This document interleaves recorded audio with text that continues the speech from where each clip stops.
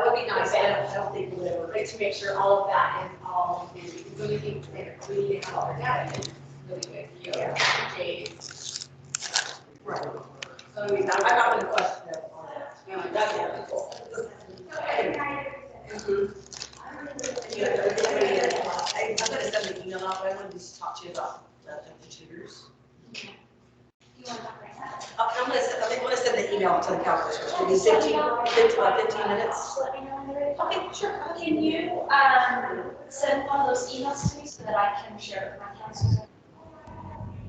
Well, I'll just forward the one that I'm gonna forward to them, I'll just forward it to you. I just know you're concerned about my language.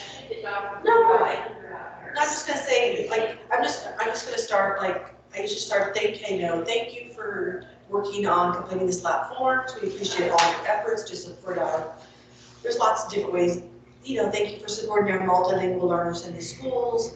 Because, we've gotten some feedback from a few counselors that they're not able to access students who have opted out or have CPR or have both. And so we have a meeting with the IT department in January to try to get this fixed. So please hold off, don't worry about it. Do you mind? Sure, yeah.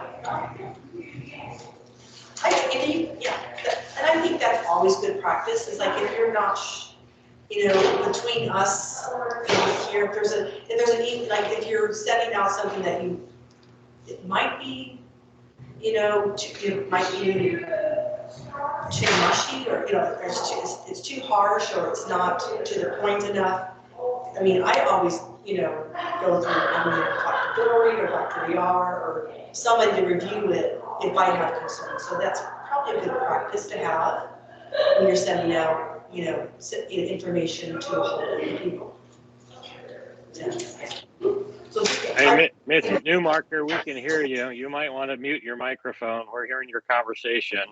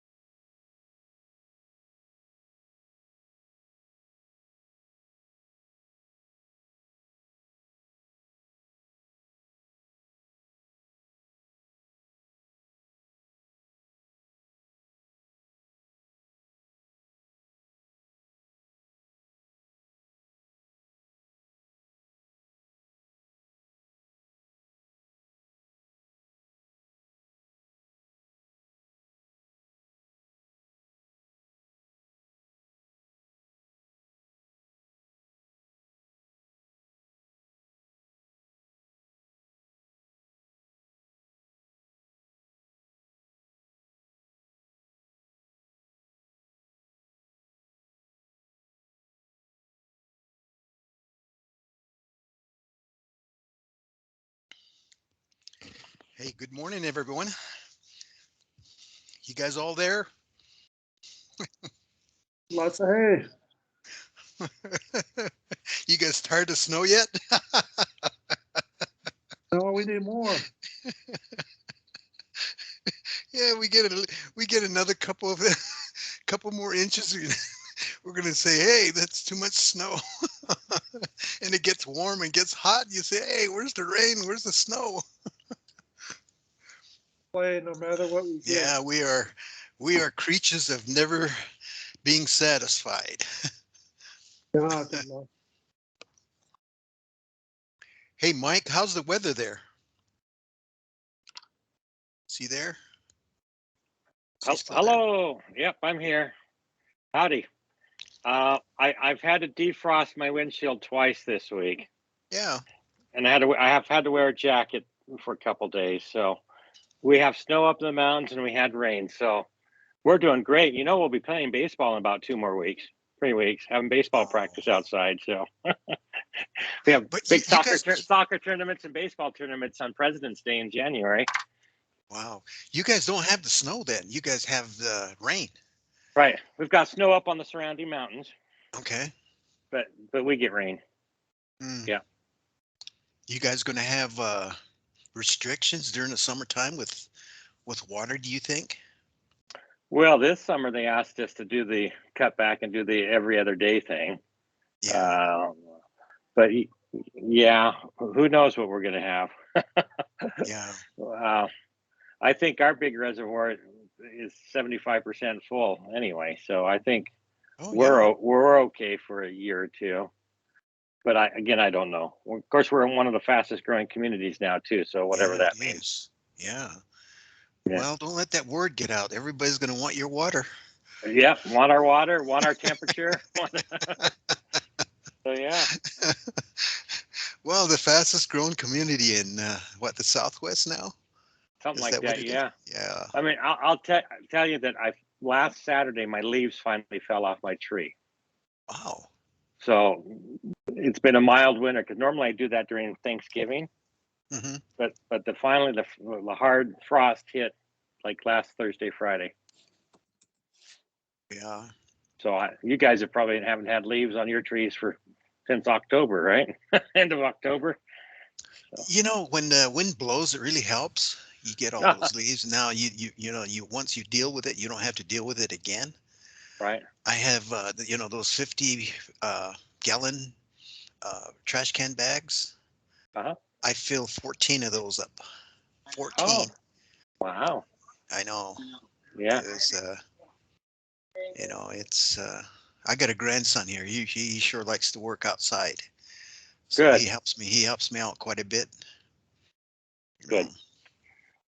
Anything that he could push, he likes that. Oh, all right. So, Good. we have the mower that picks up all the leaves but he doesn't like dumping it. Well, introduce him to a good old fashioned wheelbarrow. See what he does on that. I know. This is called a shovel and a wheelbarrow. Well, I think he's never going to see that shovel because we had snow the other day and, I got a snow blower and he likes that snow blower, man, Oh, there you go. That's great. But, he's never going to see a rake or Well, bless him. Good for him. I either have him figured out, or he has me figured out, Yep. It's, Yep. so that's a lot of fun to play, or well, it's a lot of fun, for him to come out and help me out and stuff. So, Yeah. well, Good. for the rest of the group, you guys look all pretty good with your initials. I don't see any faces. Good morning, Dr. Foster. Oh, there he is. There you go. I like that. I don't know what it is, but I didn't do it. Oh, okay. All right.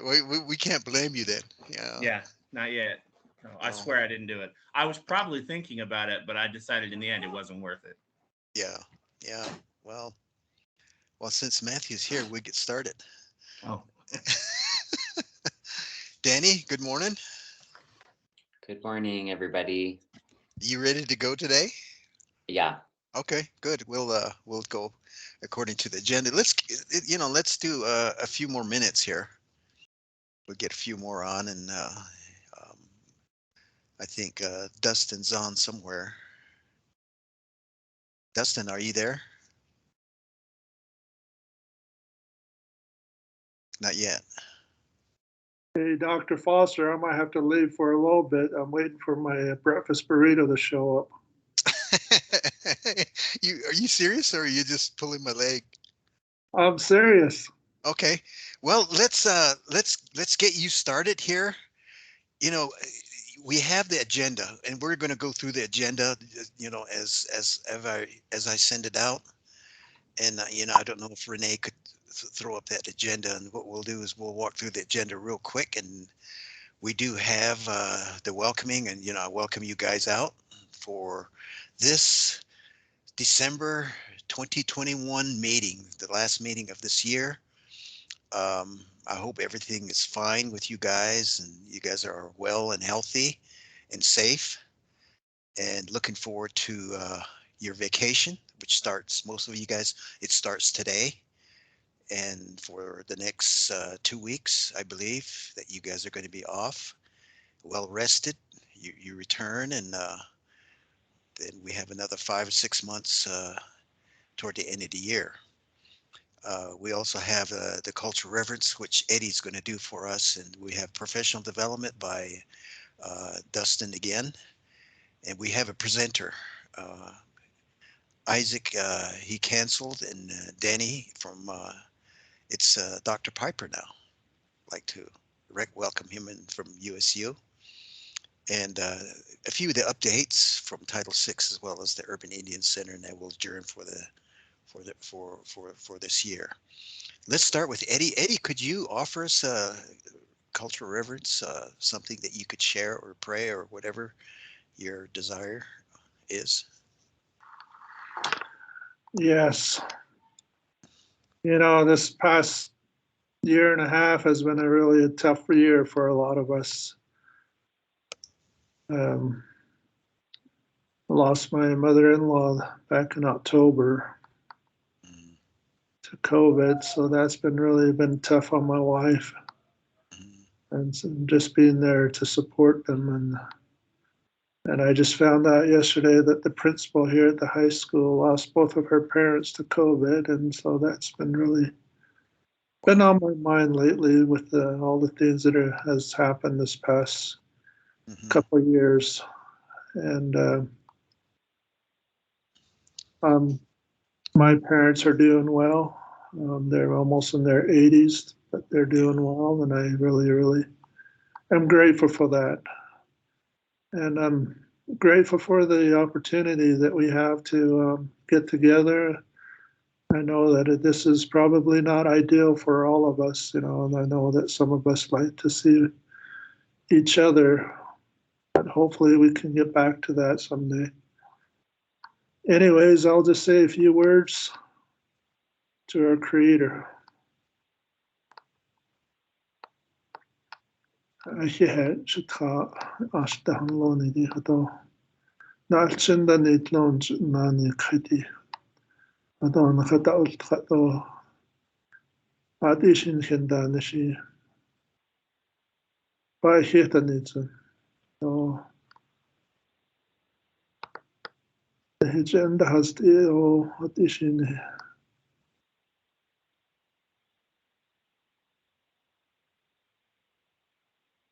The agenda has to go. Naha wahan zandole. Shitha. To she had under the nitli kato. Nalchinda nitla.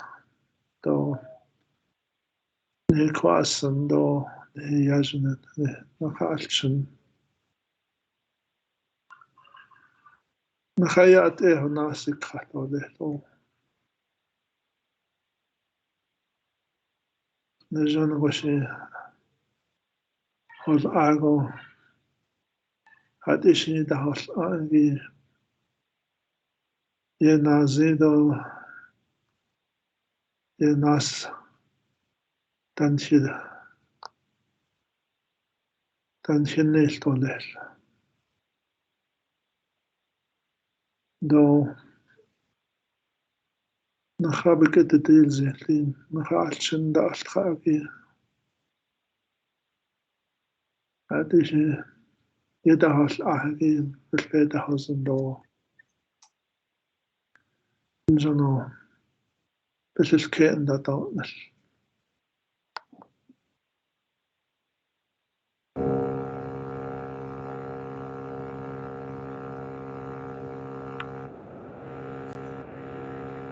Yaki, nadan de ditnil.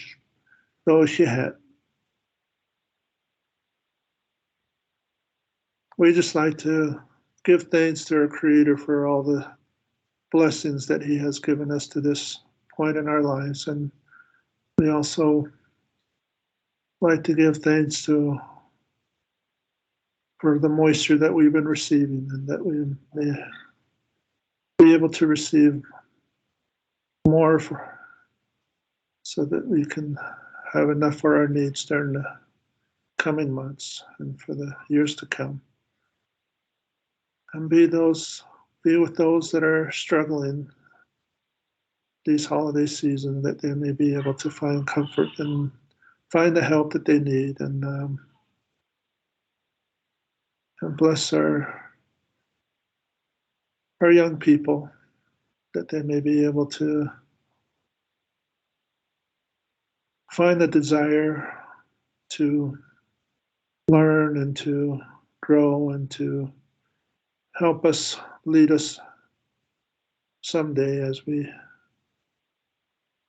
they go through this life, that they may be able to find and see the benefit of the things that they're doing. And we ask Thee for Thy blessings in all that we do, and bless us with the desire and the know-how on how to do the job that we are assigned to. And bless those that are traveling, that we may do so safely and that we may get to our destination safely. And we are grateful for all that Thou hast given us. And we say these things humbly in the name of Thy Son, Jesus Christ. Amen.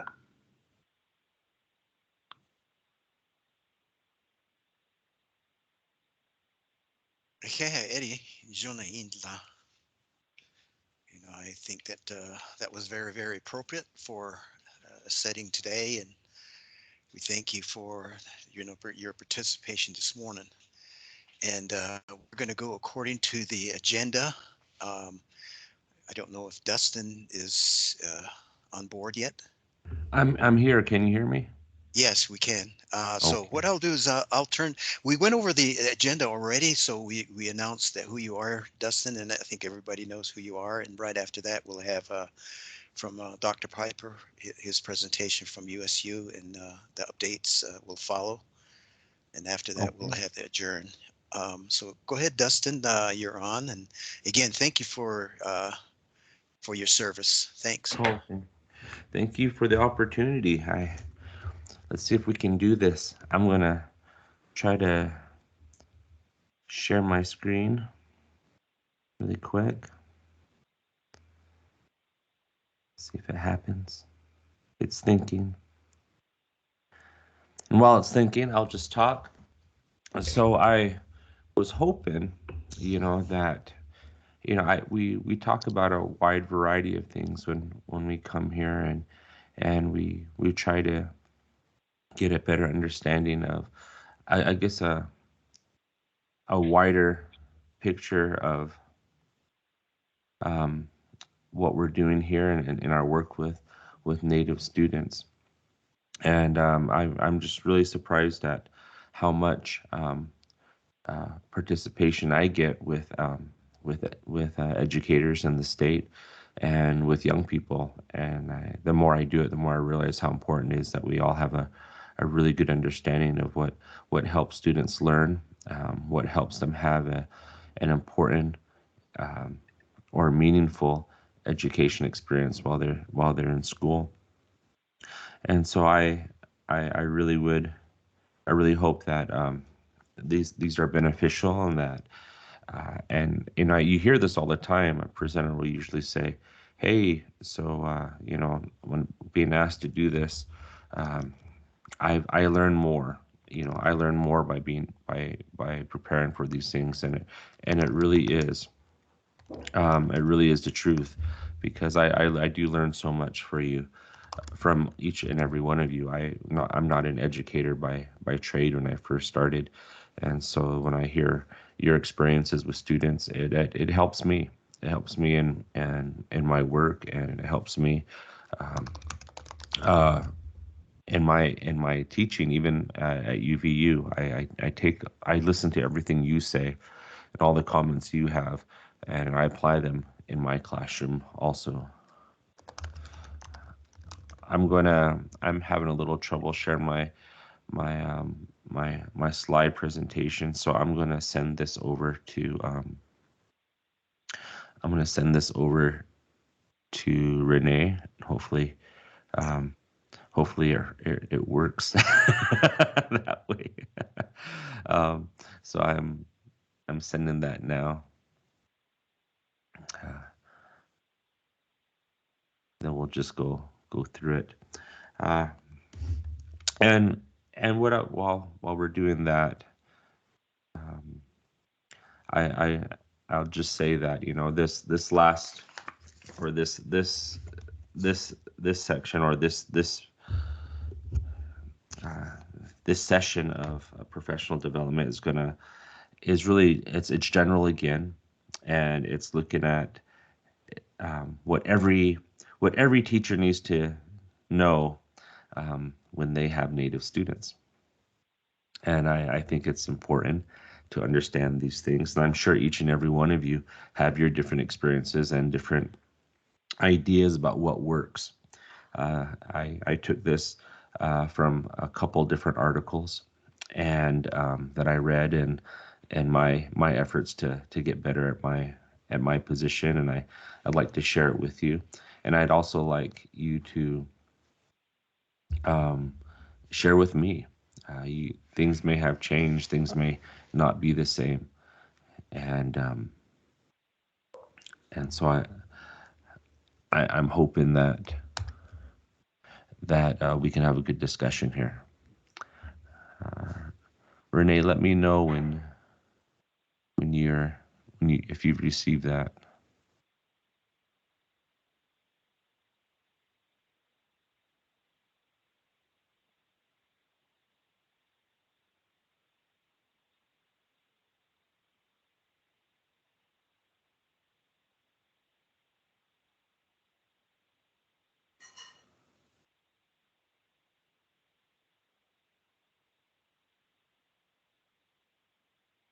Hey, Renee, are you there? Maybe I'll send it to you, Chuck. I think there's Becky Peters. Hey, Becky, Peters. are you on? Yeah, Just send. Okay. Dustin, can you send it to Becky Peters? Yes, I'll send it now. And Becky, if you could help us out a little bit here.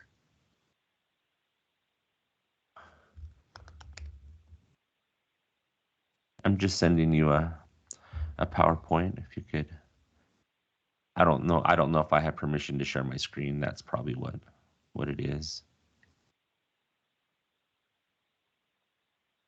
I don't know. When it gets to high tech stuff like this, I'm really out in left field by myself. I've made a few times, I fell in a ditch and I couldn't get out. So. Goodness.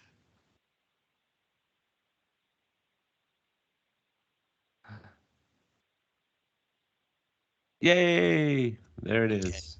Okay. Awesome. Why don't you go ahead and go to the next slide, Becky? Okay, so when I was putting this together, you know, some of the articles that they point out is that, you know, Native students have a pretty low retention rate in public schools. And something that we can do to help that is just by understanding and learning the style, learning the learning styles of our students. And to get a good grasp on that, it may require us to learn a little bit more about their culture and their background they're coming from. And so as we move through this, we're going to look at different educational practices that seem to help, that seem to have a positive outcome when they're followed. Go ahead and go to the next slide. I think one of the first things, and I have to walk a fine line here because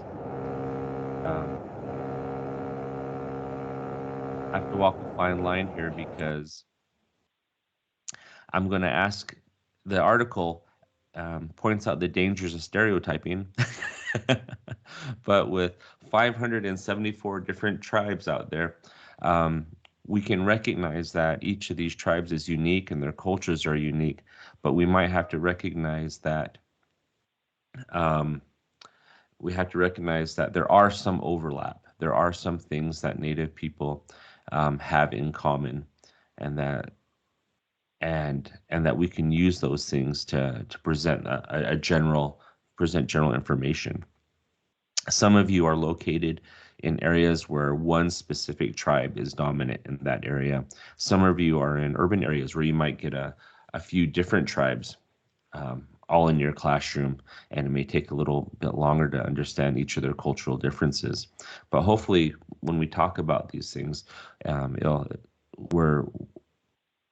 generally speak about them, that we'll get ideas about how to better help our students. And for that reason, I'm going to ask a lot of you to share your different experiences from your classrooms and from your teaching experiences with your particular students. Because even if we look at one tribe, though, there are studies that on the Jicarilla Reservation, they're like, how do the Jicarilla Apache learn, and what's the best way to teach them and provide an education to them? They couldn't even nail down one main thing.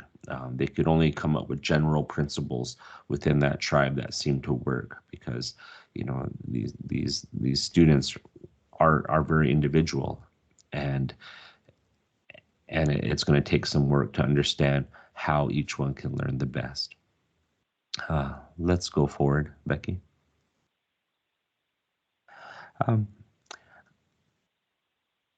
There are some questions here that I'd like to throw out at you, just to get the conversation going, and this is going to set up where we're at. The articles I looked at kind of looked at these also, and so I'd like to hear your opinion on these. So the first one I'll ask is, how are students being taught about Native Americans in Utah? What do you think?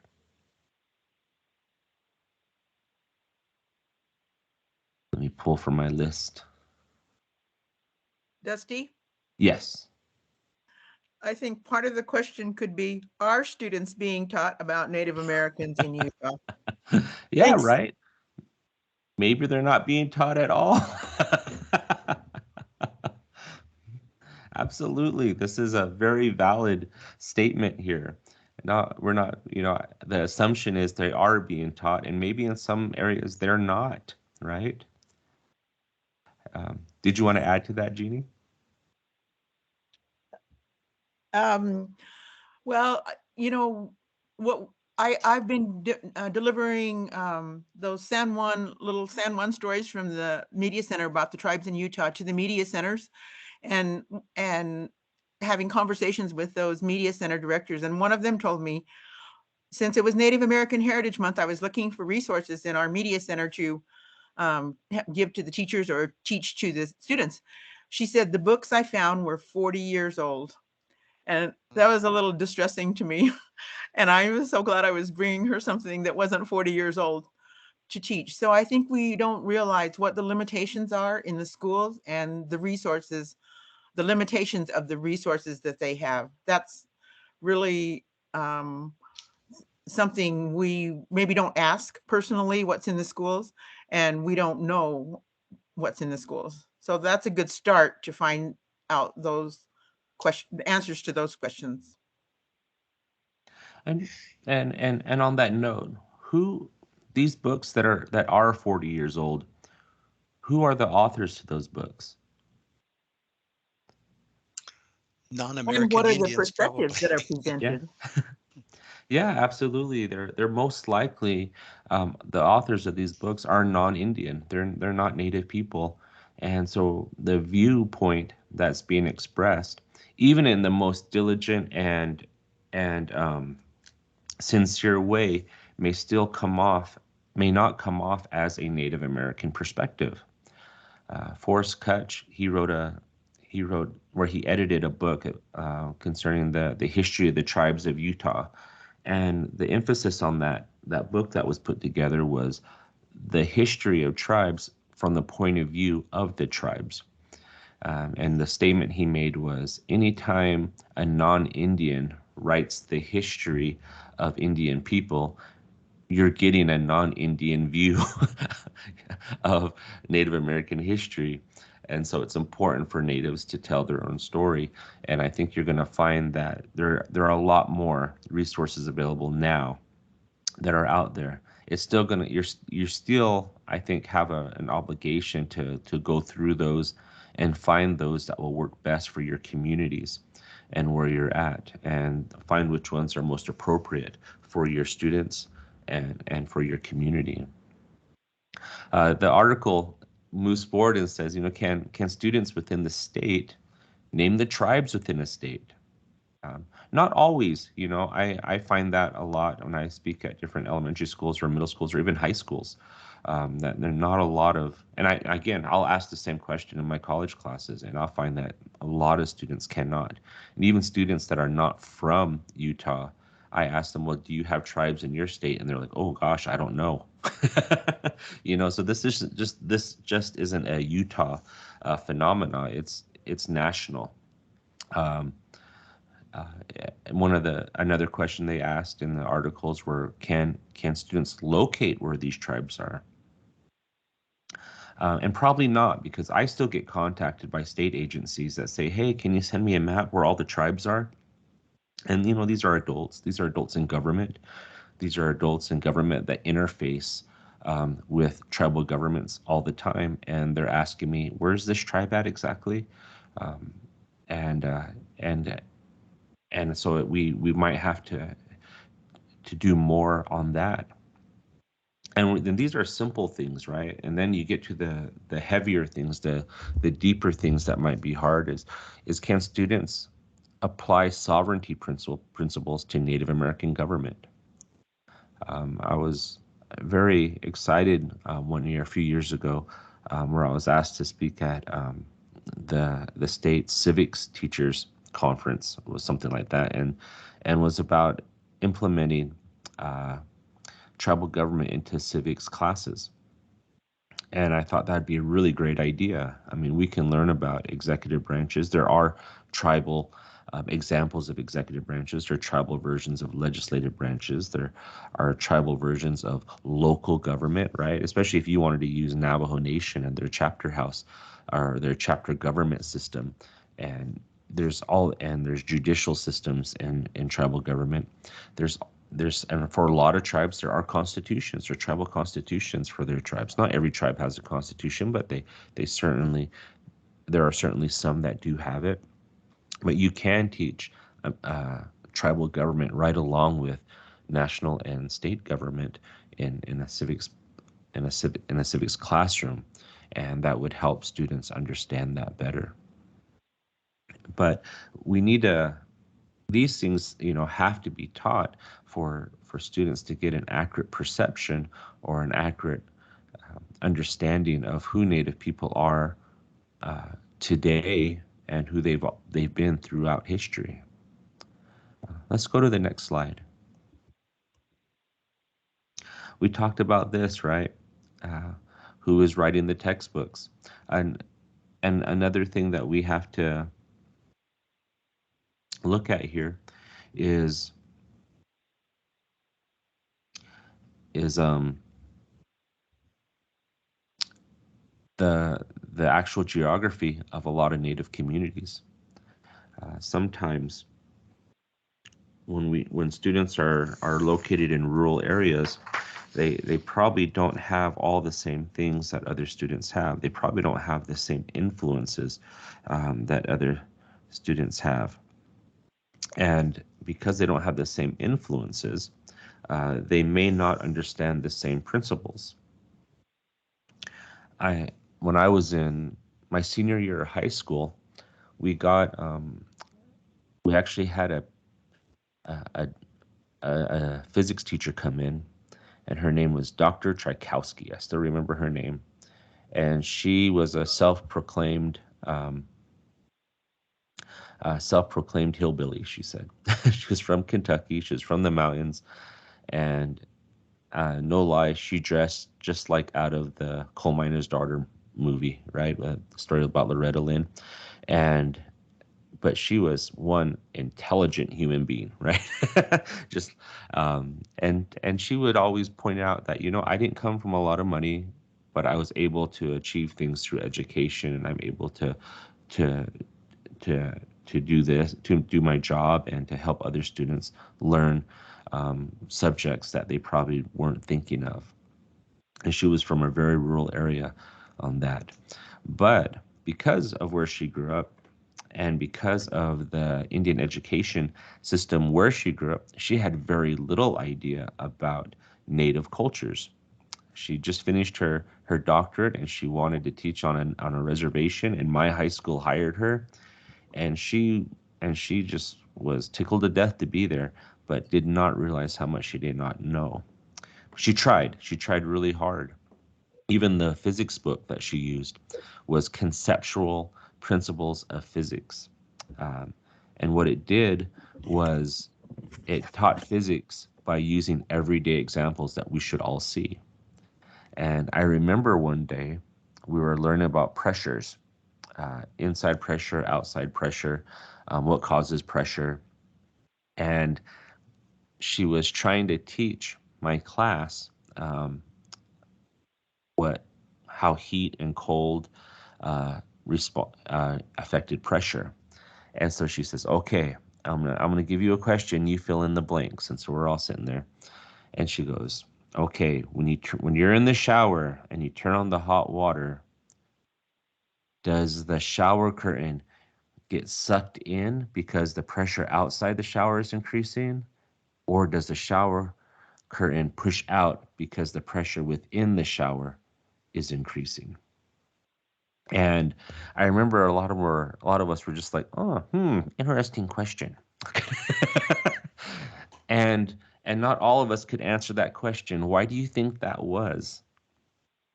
This is in 1992, 93. So why do you think that was, that we had a hard time answering that question?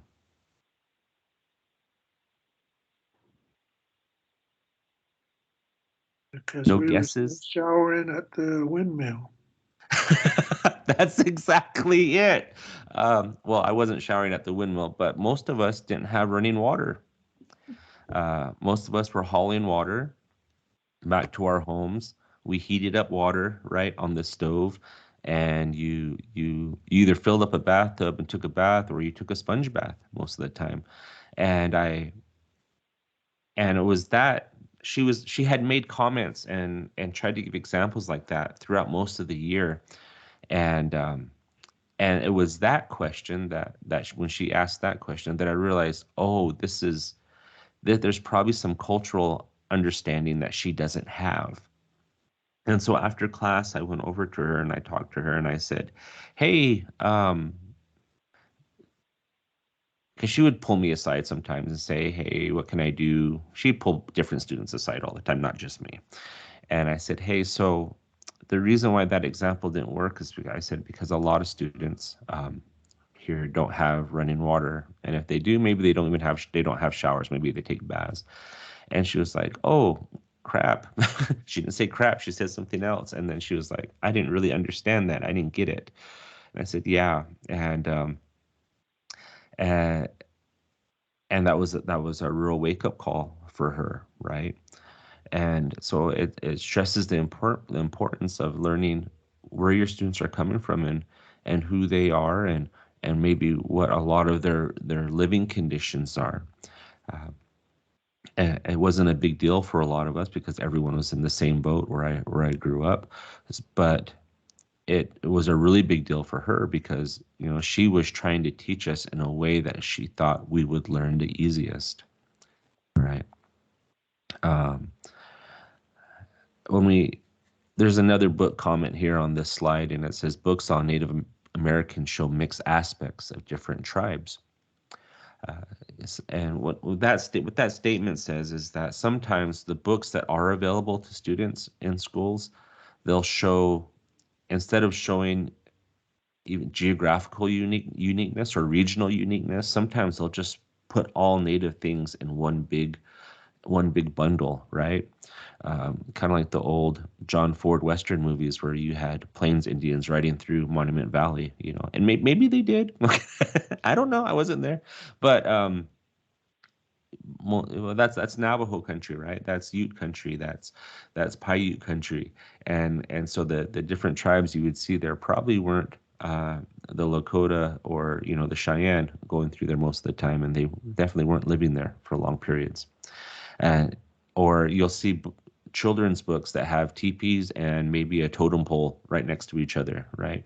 Kind of giving the impression to students that they're all Indians do the same thing, and we're not separating the uniqueness of these cultures. Let's go to the next slide. All right, let's look at learning styles. Learning style is determined by the way a student consistently responds cognitively, effectively, and physiologically. The article that I read said a Native student's view of the world is in part the result of cultural values and early socialization processes. What is that, our experiences? What do you think that means?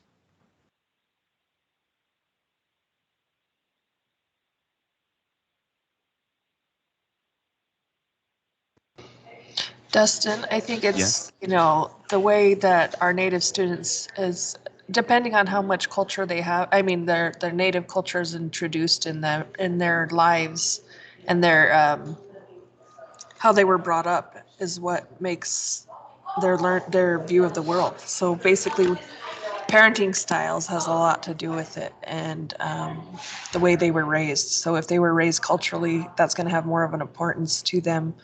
Whereas if they weren't raised like on the res or with the culture, that's going to have an effect as well.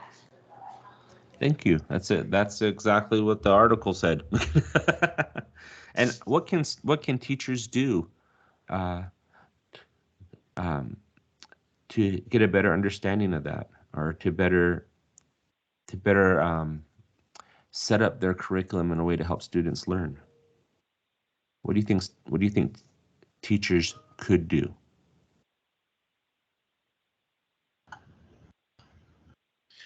Dustin, being a teacher in the past, I had an opportunity to teach also in a BIE school. Oh, and I hey. used to see the difference between the public and the BIE school.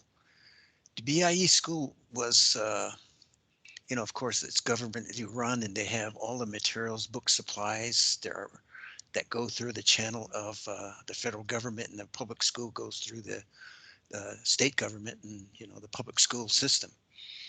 And what I see between the two is that for me it was a lot of research with especially with the BIE schools. I think the bottom line here is that being a little bit more cognizant as to who those students are and researching the information that you're going to give those students. Because I used to see that some of these students coming from a public school setting into a BIE setting or vice versa. I think sometimes they miss each other's concepts. So it for me it was you come down to knowing your students and doing a little bit more research so that students would basically understand. Dustin, Yes. this is Sarai again. I'm getting my master's in LED, and part of the things that they've been ingraining in my studies is doing an individualization of teaching, basically where you find out where your kids come from in your class and make sure you include that in your teaching. So if I have a Native kid, I'm going to talk to their parents about what they want to share about their family specifically, if they want to, that kind of stuff. And then I include it in my teachings. So say they're Navajo, I'm going to come in and we're going to talk about different things say we're talking about, astronomy. We're going to include the Navajo stories and those, in the astronomy, that kind of stuff. We could do individualization of their personal lives into our teachings. Dustin, Yes. this is Eileen. I want to share, and I'm going to kind of show my age here. I'm 63 years old, and as a young child going into Denahotso boarding school, my books, the first books that I learned how to read from were the Dick, Jane, and Sally books. Oh, And yeah. it showed this beautiful picture of white, kitchen. The cupboards are all white. You could see the sink, the lights, everything. You've seen Sally with a tricycle and bicycles for Dick, and all of these things that totally looked like Mars to me. It was as foreign to me as you could get. I grew up in a hogan and didn't have running water, didn't have electricity, although I was blessed very richly with the teachers of livestock, sheep, goats, horses, cows, and nature, and all of that around me. I didn't have what the schools showed in their books, and I didn't understand the way that they gauged my learning. They gauged my learning by how many words I could learn, and in the English language, and my tribal language was forbidden, and I was punished if I spoke Navajo. I remember as a young 6-year-old child speaking Navajo, and I was caught, and I was made to stand with my arms straight out from my body on both sides, sideways. And I remember crying because my arms, after 30 minutes or something, you start crying as a child. It was the very first time in my life I had ever been punished, and it was painful, and it was only for speaking my language. And so there was many things that I learned when I came out into this world. I think that's what really impacted the way I want my students to learn. I want my students to learn with things that are familiar to them. So I bring in, like we do the harvesting the pine trees, bring in the pine trees. You and me, students, we're going to peel the bark off this tree, and we're going to learn how to assemble and prepare the lodge poles for a teepee so that we can put up a simple teepee. We're going to learn how to see how air circulates underneath the teepee, how the smoke flaps open, and, you know, all these things that are more familiar to students. We're going to learn math through weaving. We're going to learn math through beading. You know, that really impacted me because I didn't have that as a child. And to this day, I still really fight that when I see that in my district where teachers have absolutely no idea where I'm coming from. And, you know, it takes a lot of work and a lot of time to be able to do that. So just a little bit of something that I was thinking when you were talking about that. Well, thank you for sharing that. Thank you for sharing that. And it goes along with another comment made by Megan Hamilton here in the chat, right? Teachers can differentiate instruction and offer multiple opportunities for students to demonstrate their understanding. We can give teachers could sit back, observe, right? Learn more, just like Sarai said, learn more about the students they're teaching. Have those initial parent-teacher conferences where they meet your teacher, find out what's important to them. How maybe talk to their parent. How does the student learn best? And you offer and finding a variety of different ways for a student to learn could also you're more likely to find that way that the student has been learning in the home. And so these are all great comments. Thank you for sharing that.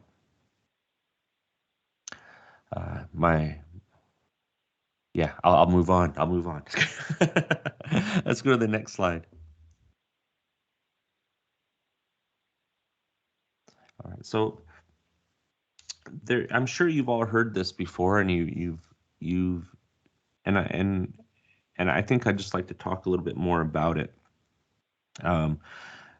And this, again, speaking very generally, right, about things, because there are always exceptions to generalized statements, and so I'm sure you've seen a lot of those exceptions. But for a lot of Native students, there's an emphasis on humility and harmony, right? And those tend to be buzzwords a lot of the time for when we talk about Native culture. But just what does that really mean? And I think something when I was reading this that I appreciated was that it was just a Native student's desire to find and maintain balance. Okay, and what is that? What effect could that have on students? You don't want to create an imbalance in the environment where you find yourself. That may result in what the article describes as deliberate underachieving to avoid an appearance of superiority.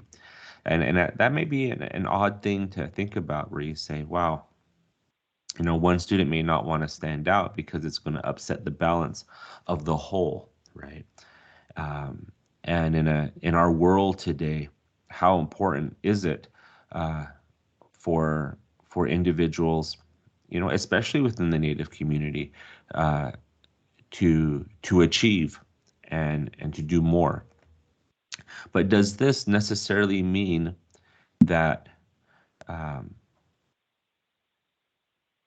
this shouldn't necessarily mean that students should not achieve, right? It's more on, or maybe it doesn't mean that Native students don't achieve, but how they express that achievement is different, right? We can express achievement, we can express understanding in a way that keeps balance within the whole. I had a teacher in high school, and the way our classroom was set up is he had rows, all right, rows of of students.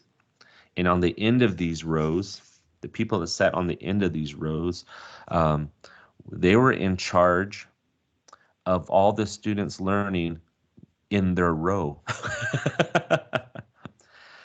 So if you can imagine, you have like 5 rows of students in a classroom, and at the end of, on the right hand side, at the end of these rows, you had 1 student on each end of the row. And each of those students was responsible for their learning of that entire row to his left. And then on the very back of the room was a student in the bottom right-hand corner of that classroom. That student was responsible for the learning and understanding of all the students at the end of each row. And that's how we were taught in that classroom. So depending on where you were sitting, you had a responsibility to lift your classroom up with you. And he just kind of, I had a tendency to sit towards the back, and so I ended up in the back on the right hand side. So my grade was the average grade of the entire class, and the students sitting on the end of each row, their grade was the average grade of their row. And the rest of the people in the rows just got their individual grades. And so it put a lot of pressure on us. But what it also did was it gave us the opportunity to raise our class together at the same time. And I've always appreciated that opportunity we had.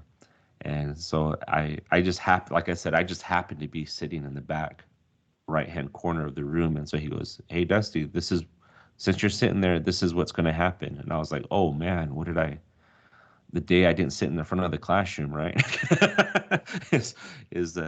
I'm going to get the average grade of my whole class. So I made sure that everyone at the end of the row, we were all understanding the same things. And everybody at the end of the row would walk down their rows and make sure everyone was understanding the same thing.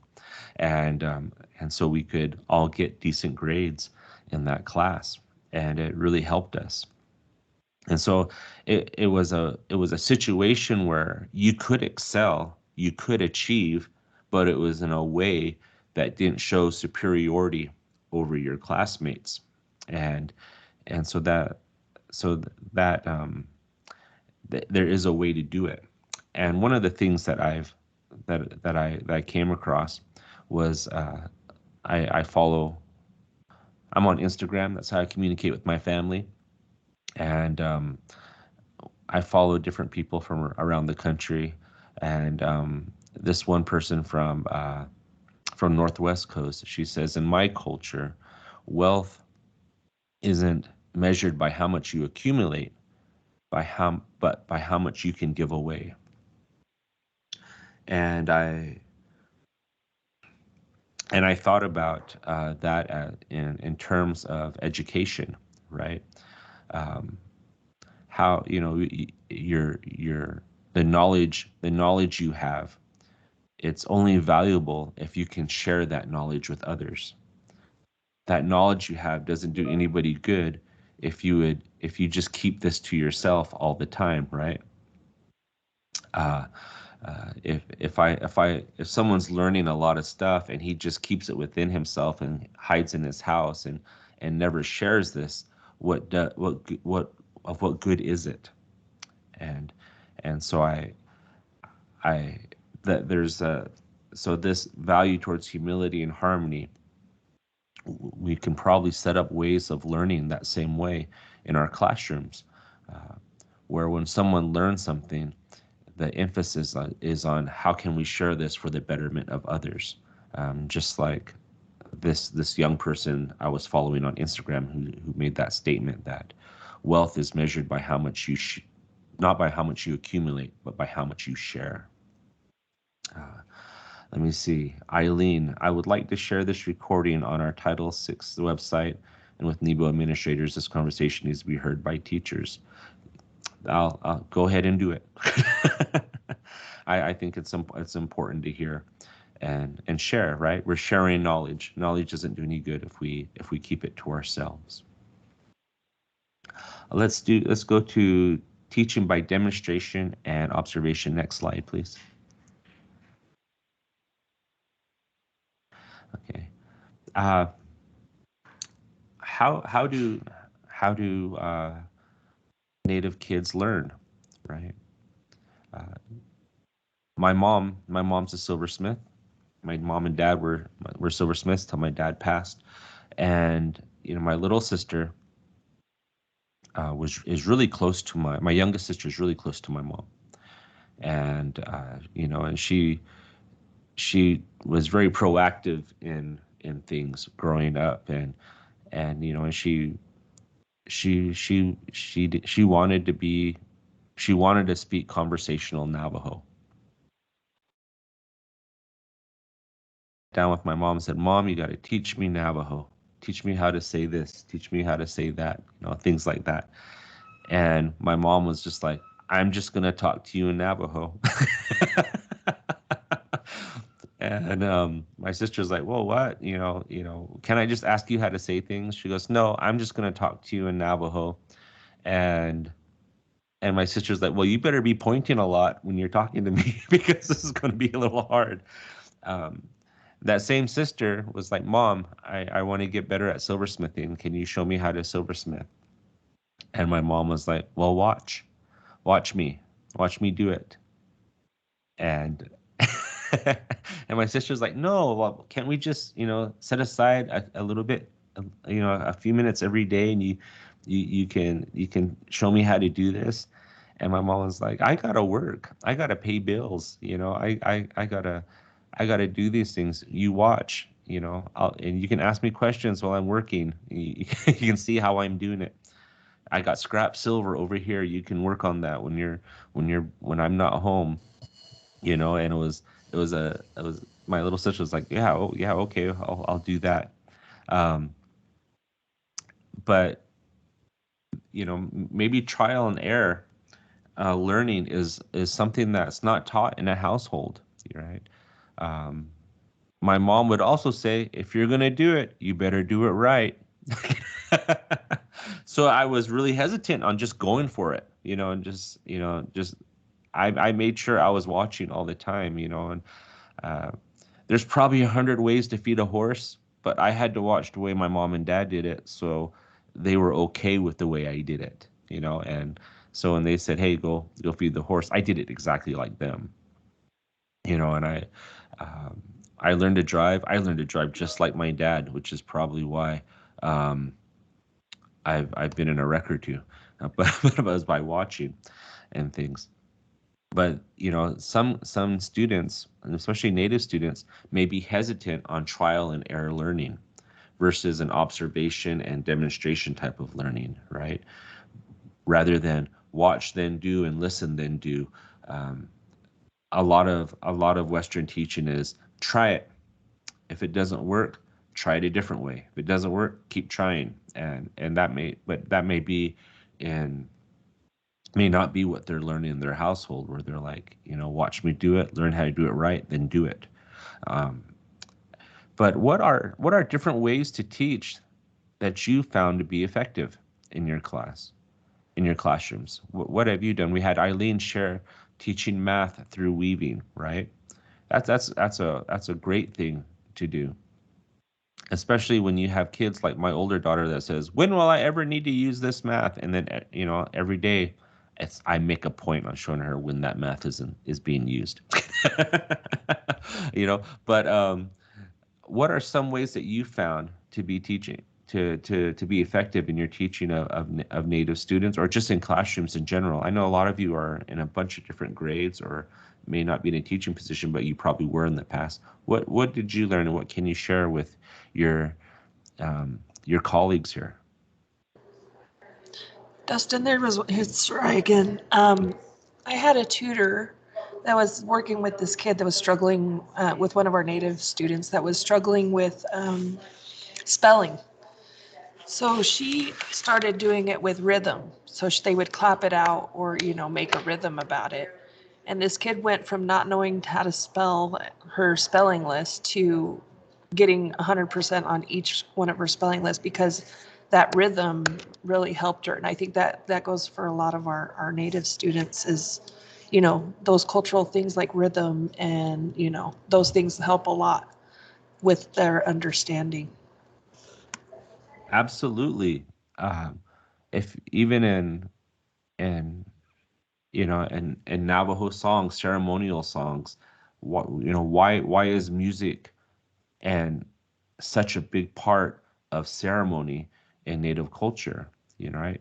It helps in remembering, it helps in learning, and those rhythms and those melodies can help different people learn things in different ways. Absolutely. I teach my kid spelling and rhythms, and different words. And so, yeah, that absolutely helps. What other ways have you guys learned?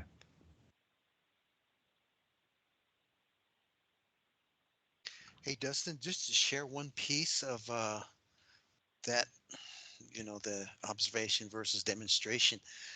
During my studies with the learning styles, the Yaqui Indian tribe down in the Tucson area, their studies show that if they could visualize the challenge, visualize the words, visualize the letters, visualize the surrounding, if they could visualize that, they can accomplish it. The studies it goes on to say that if they couldn't visualize, they have to step back and ask questions. Not quit, but just kind of ask questions. And I think there's a difference there. In that article, it indicated that a lot of the students step back and the teachers interpret that as quitting. It wasn't quitting. It's just that the student couldn't visualize the information. Now, I see almost the same thing with visualization.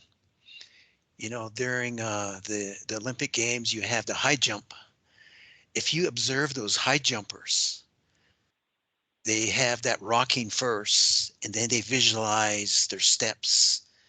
And then all of a sudden they have that movement, like going over the bar, and then they go ahead and do the actual movement.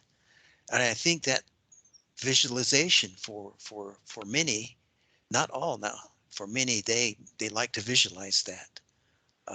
So it's quite interesting that certain tribes and certain people, and it's just general people that approach these things a little bit different from each other. Yeah, absolutely. Having a visual component. That's why I love PowerPoint.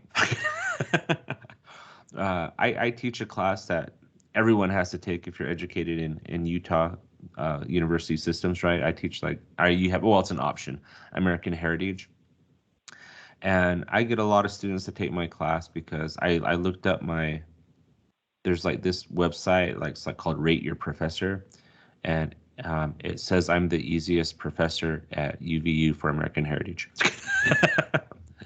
And it's probably true, but not really. I still teach the exact same things that all the other professors teach, but I pick books that have a lot of pictures. My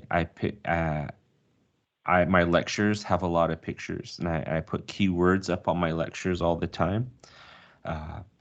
I provide videos for people to see to reinforce a concept, and I make sure my videos are very visual. They're not just some dude sitting there talking to you again. And even my quizzes aren't really set up to trick you, right? I've learned that some kids learn well by listening, some learn well by seeing, and some learn well by doing. And I try to incorporate all those things throughout the whole semester. And my quiz portions are actually just the doing part. And so it's not really to trick anybody and create a bell curve or anything like that. It's really it's another way to learn. My quizzes are set up so people will learn. And and so that my kids will walk away with the same knowledge as any other classroom, but I try to give it to them in a number of ways where they feel really good about what they're hearing and learning and retaining. So yeah, that visualization is a huge component of learning. Dustin, one more thing from Sarai. I think a lot of our native students too, they don't do well with like an authoritarian teacher. Whereas if you have somebody that gets on their level and is, kind or open, they're more willing to open up themselves. So, I mean, I think the teaching style has a lot on whether our kids are successful or not as well. Thank you. You're absolutely Jen, right. Mm-hmm. one thing that I wanted to share, I wrote down some ideas that we use here in Nebo School District. We're mainly an after-school homework lab, and we do the summer school, we do the workshops in the evenings. We have a lot of parent things that we do during certain days and everything too. But some of the things that I have noticed and that we always keep as a part of our learning is making sure that our students, when we have them together, we try to keep them in a small group instead of picking on, directly, asking questions directly to an individual student. We try to put them into like 4 or 5 around a table, and we ask that table, something so that they can help each other. Because I remember how hard it was as a Navajo child when the teacher would ask me directly. It took me a while to really process the question and to think, what is my answer? And so we don't want to put students in that same situation. So I think the grouping works very well for Native children. We also use the peer reading style where we have an older child partner with a young child in our Camp Eagle Summer School and in our after school labs to help and to mentor these younger ones with an older one. Plus it helps an older child to really develop that leadership skill that they need and everything, and bringing in familiar things. Our students do not have a chance in everyday classrooms to talk about things that are Native. And I love Camp Eagle because we have a talking circle every day, and it's the one place where I can see their faces light up. They totally understand, like talking about butchering the sheep. It's not something, ew, that's gross, something that they would hear in a dominant classroom outside, just in, Nebo School District classroom out here. But in Camp Eagle, they're around other Natives, and sheep butchering is a part of it. In fact, we've done lots of sheep butchering, and they get into that, or talking about indigenous garden seeds and what their experience was with certain seeds that they planted, or talking about water conservation. Growing up on the reservation, they know how hard access to water is. So being able to talk about precipitation, rain, all of that is something that is very exciting when you bring the Native aspect to that. And math and literacy is very easy to pull in all kinds of familiar things from Native culture. I think that it's good to set very high goals, and then support that with bringing in things that are inspiring from our own culture, from our own arts and values. And this really helps to inspire children to love learning. Thank you. Thank you for sharing that. And building off a comment that you made earlier when you talked about you had never been punished before on those things. I have one of my kids has autism, and sometimes he learns pretty well, but socially he's a few years behind, and he doesn't always react in the most appropriate way when he comes up against some things. And sometimes, at least one of his teachers learned was that by just asking him, "Hey, what's wrong?" rather than "Why did you do that? Stand in the corner," or stuff like that, just by asking, "Hey, what's wrong?" changed their entire relationship and his entire school year experience. And I was just very appreciative of that teacher's willingness to ask the question, right? Instead of going straight into the assumption that he may be a bad student. Let's go to the next slide, please.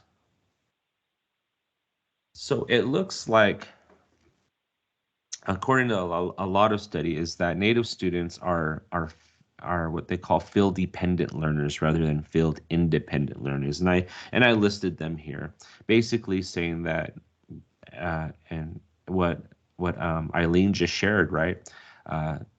Native students tend to work well in groups rather than in isolation. Something that Chuck shared, they may be visual learners. They may look towards older people for guidance and may ask questions, right, prior to answering. And again, looking at the whole balance and harmony things, they don't separate themselves as individuals from their surroundings. And they realize that everything that goes on with one person is going to have an effect on another person, and how everything is related.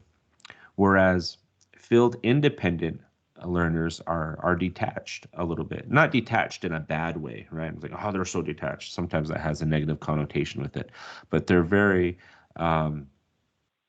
individual, right? Their learning styles are, I do better when I'm on my own. I don't do well in group work, right? And the purpose of this isn't to better the understanding of everyone around us. It's to see what grade I can get. It creates a competitive atmosphere. And you may have, as an educator, you may need to step back and see if, and just get a better idea of what are the different learning styles within your classrooms, and it's important to implement different learning styles in your classroom, even when you have a large number of students that maybe learn in a particular way. If the minority of your students in your classroom have different learning styles, sometimes it's better to implement all these learning styles to your class rather than saying, well, this is what the majority of students learn well at, and the other guys, man, they better hang on because this is what I'm doing. Because what they find is that when you implement different learning styles within your classroom, it benefits everyone, because even the majority of students who are learning one way, they can now be exposed to learning a different way. And now they just have one more tool in their tool belt to help them be successful too. And so it's important to have that variety of teaching, a teaching practice available. Let's go to the next slide. Responding to questions. This is something that Chuck brought up, where students were, when a student didn't answer right away, maybe it was seen as, oh, that student just doesn't know, or maybe even being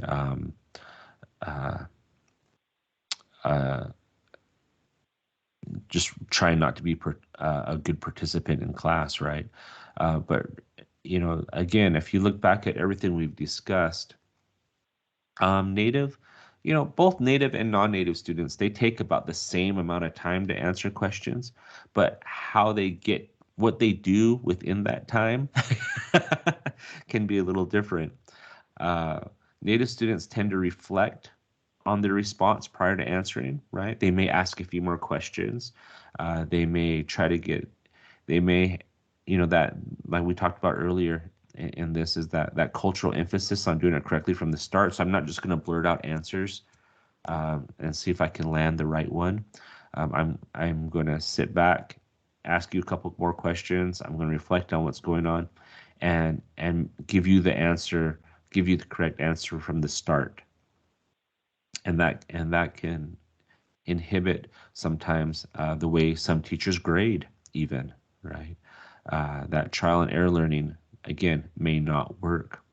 I had one of my kids once, at the end of the semester, I realized didn't turn in any of their work. And I'm like, what are you doing? And they're like, well, I didn't understand this one thing during the second week of class. And I said, did you turn in anything?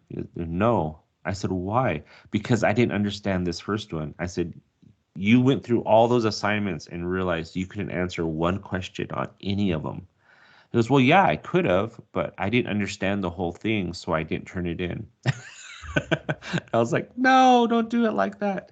And so, you know, I just knowing the system of teaching in that classroom, I was trying to tell my student, man, you have to just turn in as much as you can. I mean, there's study aids available in different places. We can go there and we can make sure that you're getting extra help that you need, but never not turn in statements. I mean assignments. You have to get things in. But that sometimes that's looked at as man, this kid doesn't understand anything. And you say that enough, that student starts to believe it. And so they don't end up turning in anything at all. And so you understand that some of your students might be taking time to answer your question correctly.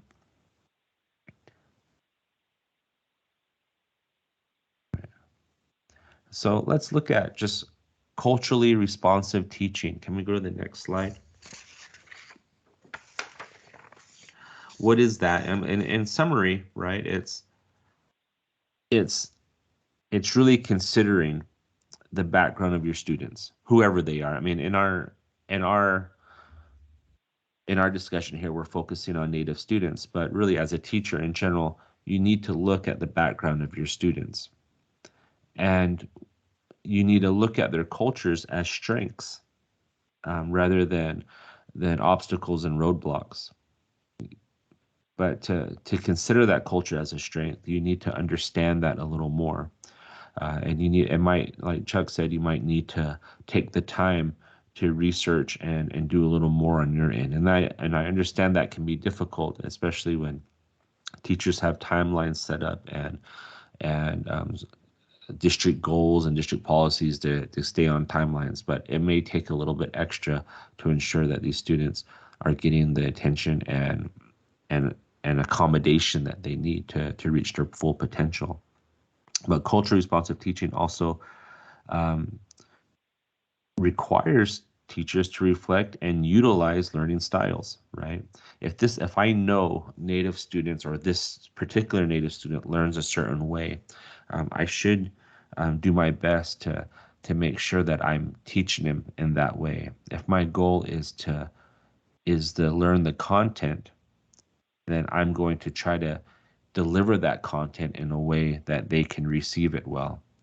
Otherwise, the goal seems to be on teaching style. If they don't follow my teaching style, then it's on them, right? Which has nothing to do with the subject being taught. You may be unknowingly punishing a student who doesn't grasp your teaching style, not necessarily because they don't understand the subject being taught. Does that make sense to everyone? So we need to remember that we're teaching a subject, and these students will learn that subject in different ways. And what can we do to best teach this subject, rather than are they learning my teaching style? Otherwise, they're going to be up the creek, right? Let's go to the next slide. So we have to understand a student's preferred way of learning, right? Reasonably, I'm going to add that word to this, reasonably understand it. Reasonably implement that preferred way of learning. And again, this may benefit other students that are exposed to different ways and a variety of ways of learning.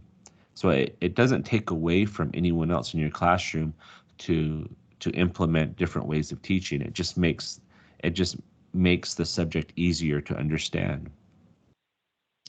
And so when it comes to introducing new ways of learning, you got to do it gradually, right? It takes time. Again, at the beginning of this, we talked about how students, they learn how to learn from their household experience, right? From their pre-educational journey experience, academic journey, right? It's how was I taught at home? How was I taught by the people around me? So they took years to learn that way of learning. And so when you introduce new ways of learning to people, you can't just do it in one class period and say, you got it. You have to take time to introduce, this is why this way of learning works, or this is how you can learn this subject in this new way. And it takes baby steps. I was helping my oldest daughter balance, oh gosh, what do you call it? It's in chemistry where they give you a bunch of elements on one side and compounds, and you have to balance it with another set on the other side. And I had to relearn myself how to balance those things. But luckily, the teacher that provided that assignment, balancing equations, yeah. Luckily, that teacher had set up the assignments in easy, medium, hard. And so we started with easy, then we went to medium, then we went to hard, and by the end, now me and my daughter know how to balance equations. But we had to be introduced to the way to do it. And so I was really appreciative of that and that setup. Let's go to the next slide.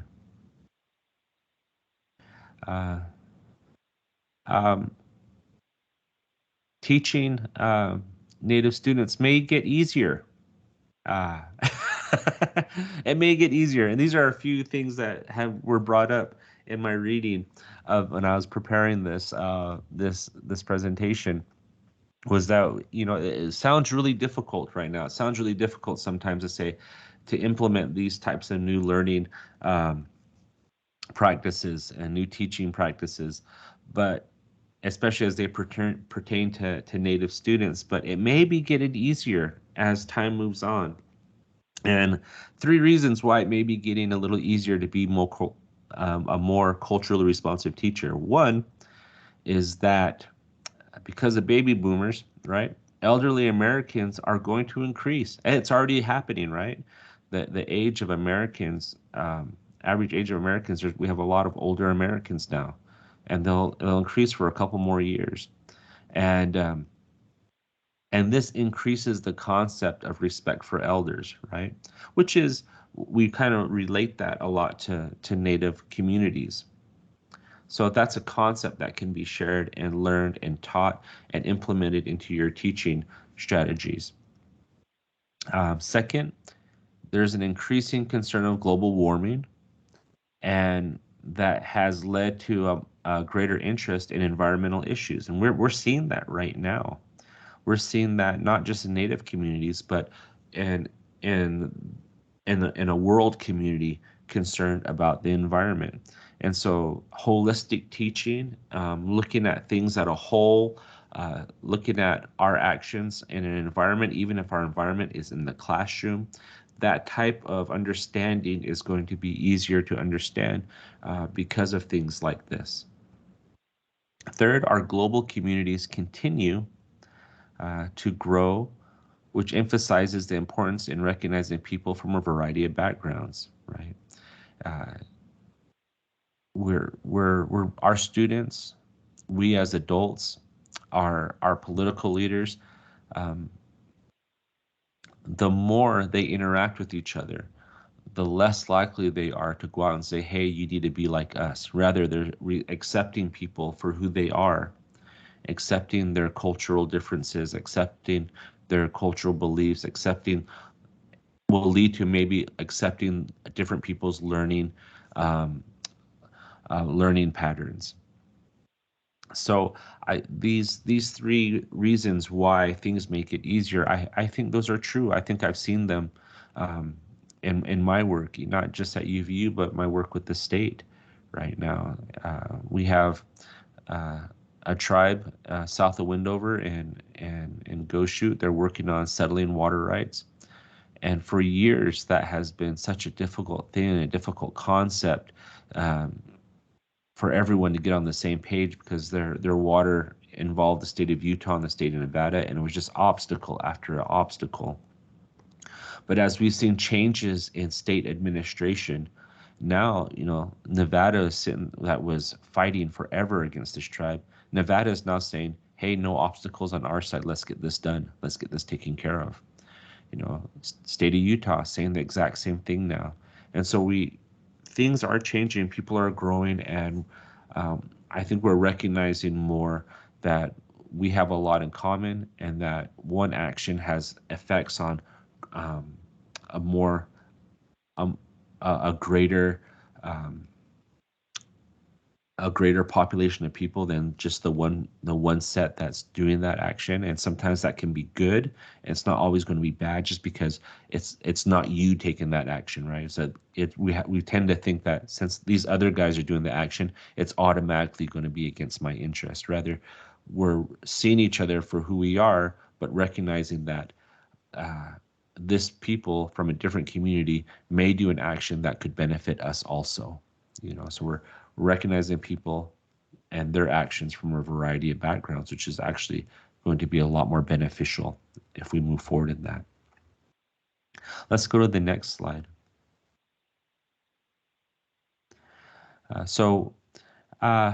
What could we do as far as Indian education? Well, it looks like what's being shown is that we need to teach correct views and correct perspectives, K through 12, right? But each of those, what we teach really needs to be age appropriate, grade appropriate, and pertain to the understanding of the people that are being taught. So depending on the schools that you work with, the suggestion is that in early education, when it comes to learning about Native culture and Native people, early education should emphasize cultures and traditions of unique tribes in the U.S., but also the unique tribes within their state. So focus more on cultural and traditions, the principles, right, of learning. Whereas in maybe in the middle grades, before you get to high school, you can focus on geography of Native people. And when they say geography, it's not just, hey, where's that reservation located, but what geography is important to these different Native peoples within your state or within your area, right? You can talk about how different trails, right, affected different tribes, how a railroad affected that tribe and their geography. You can talk about sacred sites or just geographical locations that are significant to different tribes. You can create that geographical awareness. So now you have a base of culture and traditions, and you're building on top of that with geography to ultimately, when you get into high school, if we're just talking K through 12 here, we can then focus on accurate, true history as it relates to treaties, as it relates to government relationships, to Indian, non-Indian interactions, the effects of assimilation rather than acceptance, right?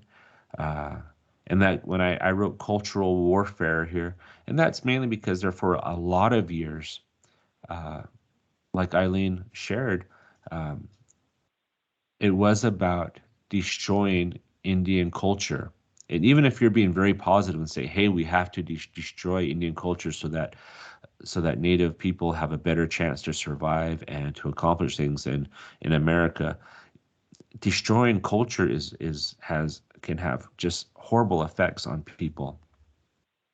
And we can discuss those effects on people. That we can discuss those effects that culture warfare had on Native people. We can talk about how it affected language, how it affected the ceremony, how it affected just self-esteem and how we interact with one another, right? How it affects our current relationships with the people we have today, and that's it's not, nothing's going to be changed overnight. I recognize that, but we have to start, and we have to keep looking forward to a day when things will be a lot easier. Let's go to our last slide. One second, please.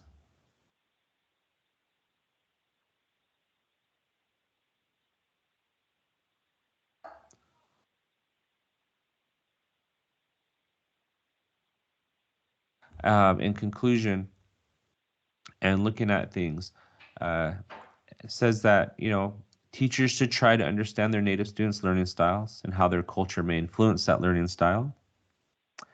Using a student's learning style to help them grasp skills they haven't acquired, they haven't yet acquired or may have avoided, right? Because we're not saying, again, that the native learning is the only way Native students can learn. We're asking educators to consider it and to implement it, right? Because when these students are going to go out into the world, they are going to go to college, or some join the military, some are going to and if they do join the military, they're going to be exposed to harsh learning styles, right? If any of you have been in the military or have friends that shared with you their stories of boot camp, I wasn't used to learning this way, but they made me learn this way pretty fast, right? Get them used to learning new styles, so that give them more tools that can help them in their future. All right, so understand their learning style, give them that foundation in their learning style, but also introduce new learning styles so that they are better equipped to handle what's coming in the future. Another thing is curriculum on Native America should include textbooks and viewpoints of Native authors. And you're going to find those now. You're going to find those texts available. You're going to find novels available, young adult books that are available, history books written by Native authors. You're going to find those. I still would, just because it's written by a Native author or someone says they're Native and they wrote a book, doesn't mean that's always the best book to use.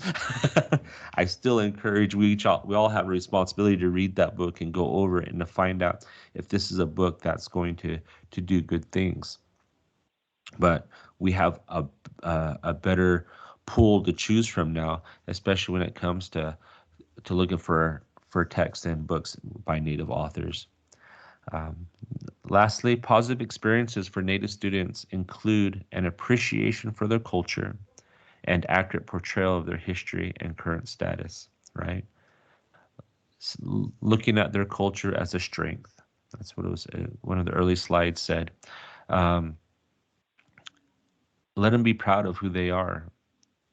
I was at UVU the other day, and the Native students were introducing themselves. It was an opening social, and a number of students said, "Hey, my name's blah. My grandma is of X tribe, or my grandpa is X tribe, or my mom is X tribe. My dad is of X tribe." And when I introduced myself, I said, "Hey, if your grandma's that tribe, you're that tribe. If your dad's that tribe, you're that tribe. If your mom's that tribe, you also are that tribe. You know, you're in college now. And the very least at this point, you should own that. Uh, but that's probably stems from early education, right? How they were, how their culture was viewed in their public school setting, how their how people how their household, or yeah, even their household or their teachers growing up viewed their culture, where they disassociate themselves from that culture. Instead of saying, I'm Navajo, or I'm Choctaw, or I'm Lakota, they say, my dad is Lakota, my grandma is Choctaw.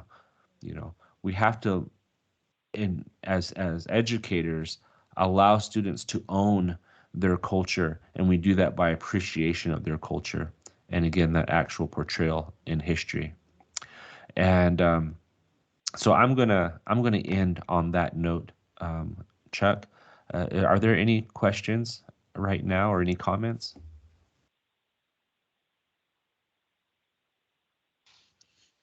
Well, Dustin, thank you. This is very, very informative, and it's giving me a lot of flashbacks. You know, the flashbacks in terms of if I was to go back into the classroom, you know, what would I consider? Because I think this is type of information that will improve not only American Indians but for all the other general public who are educators. Again, thank you, and have a good holiday if you're leaving. Yeah. Stay safe, and thanks again. Hey, thank you. I just want to say thank you, everyone here, all you Title VI coordinators. Thank you so much for all your hard work that you put into this, for the love and care that you extend towards your students, because it shows. And I really do appreciate all the Title VI coordinators that have influenced my kids' lives. You know, and I work with James Toledo.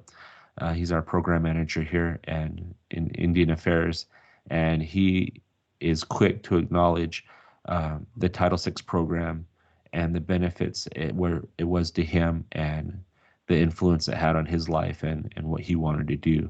So I appreciate all your work. I appreciate your work, Chuck, and for always being prepared, and for having these meetings, and making sure we're doing the best that we can. But I will step away now, and I hope you guys have a good, happy holiday, and a great new year. We'll see you all. Hey, Dustin, one more point. Becky's going to be sending you some information for today. Okay. So kind of expect that. And again, appreciate that, and stay safe. You too. Bye-bye, guys. Okay, thank you. Okay, let's move on to the next agenda item, which is Dr. Danny Piper. Yes. Good morning, Dr. Foster. Hello, everybody. Am I able to share my screen? Let's see if I can. If not, send it to Becky. Okay, maybe I'll just do that. Okay.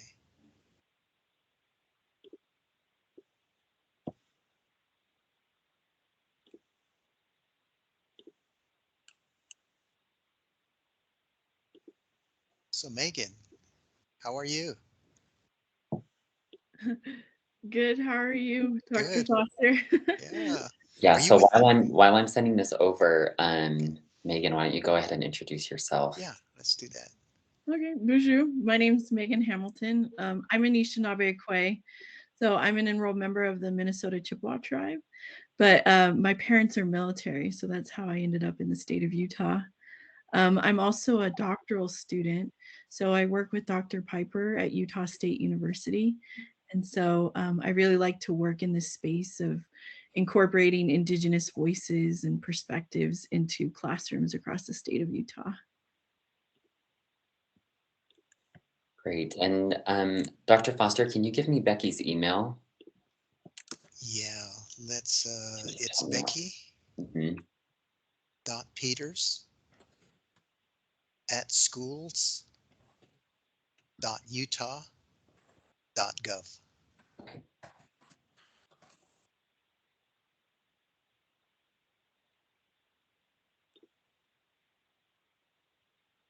So Megan, talk a little bit more about your doctoral. Is it what are you studying, or what do you want to pursue? Actually, so Dr. Brianne Litz is she's my committee chair, but also Dr. Melissa Teehee. So maybe these are similar names that people know. She's also on my committee. And so some of the questions that were posed in the beginning of Dr. Jansen's presentation are actually where my dissertation hopefully will answer some of those questions. So right now I'm surveying 4th, 5th, and 6th grade teachers across the state of Utah to see how they're incorporating Indigenous histories and perspectives in their classrooms. So once I get that data, I will be happy to share it with you. Yeah, I would be very, very interesting to hear a little bit more about that and how that's viewed and the feedback. So for sure, I will gladly share it with you all. I'm in data collection now, so it's going to be maybe a couple months, but for sure I'll share it. So Becky, I went ahead and shared that, sent over that PowerPoint to you if you're able to put that up on the screen. But while that's happening, I would just like to say, good morning, everybody. And it's very strange to be called Dr. Piper, so you can just call me Danny. Since many of you I've known for a long time, and it's hard to connect with each other in these meetings now. Not being able to see everybody in one place and be able to be in person and kind of catch up with everybody. So just to give you an update or a little bit of a background, my name is Danny Piper, and I used to work in the Murray City School District as a Title VI coordinator. And before that, I worked in the Salt Lake School District as a Title VI mentor for a number of years under Janet Kenyon. So I am familiar with the Title VI program, and I have been working at Utah State University for the past a little over a year in a program that is called MESAs. And so today, what I'm going to share with you is a little bit more about that program and kind of some of the efforts that Utah State University is doing to support Native students, just to give you some updates. So thank you, Becky, for sharing this. And Megan is affiliated with the program, and so she's going to also be speaking a little bit as well. So our program at Utah State University is called MESAs, and it stands for Mentoring and Encouraging Student Academic Success. Becky, if you don't mind going to the next slide. So the MESAs program is a Howard Hughes Medical Institute funded program at Utah State University. It began with a grant to support students coming from the USU Blanding campus who were transferring to Logan to complete their 4-year degree. The reason the grant was applied for is that students were transferring to the Logan campus from Blanding and having some challenges in terms of acclimating to living in Logan, to connecting to the community, and to getting supports specifically for Native American students. So this grant was applied to create a program that would essentially help support students who transferred up here to the Logan campus from Blanding. As you may be familiar, for those of you in the Blanding area or have been affiliated with USU Blanding, it's a predominantly Native school with predominantly Navajo students. And so we have a lot of students who will transfer from Blanding to Logan to complete their 4-year degree. There are other degrees offered at Blanding as well, but sometimes students transfer up here to pursue a degree that they're interested in. So the program, we have a variety of different elements to the program that we have to support students. So today I'm going to talk a little bit more about those. So Becky, if you can go to the next slide. So within our program here at USU, we have a Native American living community. We have talking circles available for students. We provide cultural competence training to staff and faculty here on campus, but also to the wider community. And we have a variety of academic supports, which is mostly what I do with students. And I also facilitate a course on community engaged learning, and I'll go over that a little bit as well. So Becky, if you want to go to the next slide. So one of our main programs that we collaborate with is actually out of the Blanding campus, and it is called the Native American Summer Mentorship Program. It's held every summer for 4 weeks on the Logan main campus, and students from Blanding come up to Logan for 4 weeks, and they spend the summer 4 weeks here on campus and stay in the dorms and work with faculty on campus, just learning about different, careers, different academic disciplines. This past summer, I worked with a few students from Blanding, and we focused mostly on education. So we talked about careers in education, touched on a lot of the topics that Dustin actually brought up earlier, working in Native communities and working with Native students and specific programs to support Native students. And Megan has been involved in this program previously, so I'm going to turn the time over to her to talk a little bit more about what her involvement has looked like. Yeah, so about 2 summers ago, we hosted several students, particularly Navajo students, and they were coming up from the Blanding campus, and we hosted them for about a week in our research lab. The program that I'm in is called Instructional Technology and Learning Sciences. And so it's really centered around like formal and informal education. And so we gave the students who were visiting opportunity to actually teach. And there's a laboratory school at Utah State University called Edith Bowen. And so what we did is we wanted them to include Indigenous voices in the lesson. And so they actually had an opportunity to teach about Native medicines and the Hogan as well. And so we were given time in that classroom. They co-taught with the 6th grade teachers that year. And then we got feedback afterwards. And then later on in the week, they actually helped me program and get ready for a STEM intervention program down on Navajo Nation. And they helped me with the programming end of it. So it was really awesome. They did a great job. Yeah, and it's a great program for getting students at Blanding who are interested in transferring to the Logan campus. It really gets them some exposure to our campus here in Logan, as well as some of the degree programs that we offer. And we actually get to connect with the students, and so that they have a contact person to get in touch with that makes them feel a little bit more secure coming up here and not feeling alone. And that's kind of one of the main points of the program, is to give students that sense of community so that they feel like they have people around them who are supporting them in their education. So that's the summer mentorship program. Becky, if you don't mind going to the next slide. And something that we also offer at the USU Logan campus is we have a specific living community that is for Native students if they decide that that's where they want to stay. Oftentimes it's students who are coming from the Blanding campus who maybe know each other or already have friends or relationships, and they want to live with those students when they come on campus. So we have a specific living community or dorm set aside that we reserve every year for those students. It doesn't always fill up. We've had a lot of challenges, obviously, with the COVID pandemic, and are still navigating some of those issues. But the dorm has really been a place for students to connect with students, have kind of a home away from home, and make friendships so that they feel like they have a community on campus. And it's something that we kind of prioritize and advertise to the students every year. That's an option for them. Okay, Becky, if you want to go to the next slide. In addition to that, we do provide talking circles for the students, and these are provided weekly with a team of Native graduate students who are in the psychology department. So they are all doctoral students, Native doctoral students who are mental health professionals who meet with the students once a week.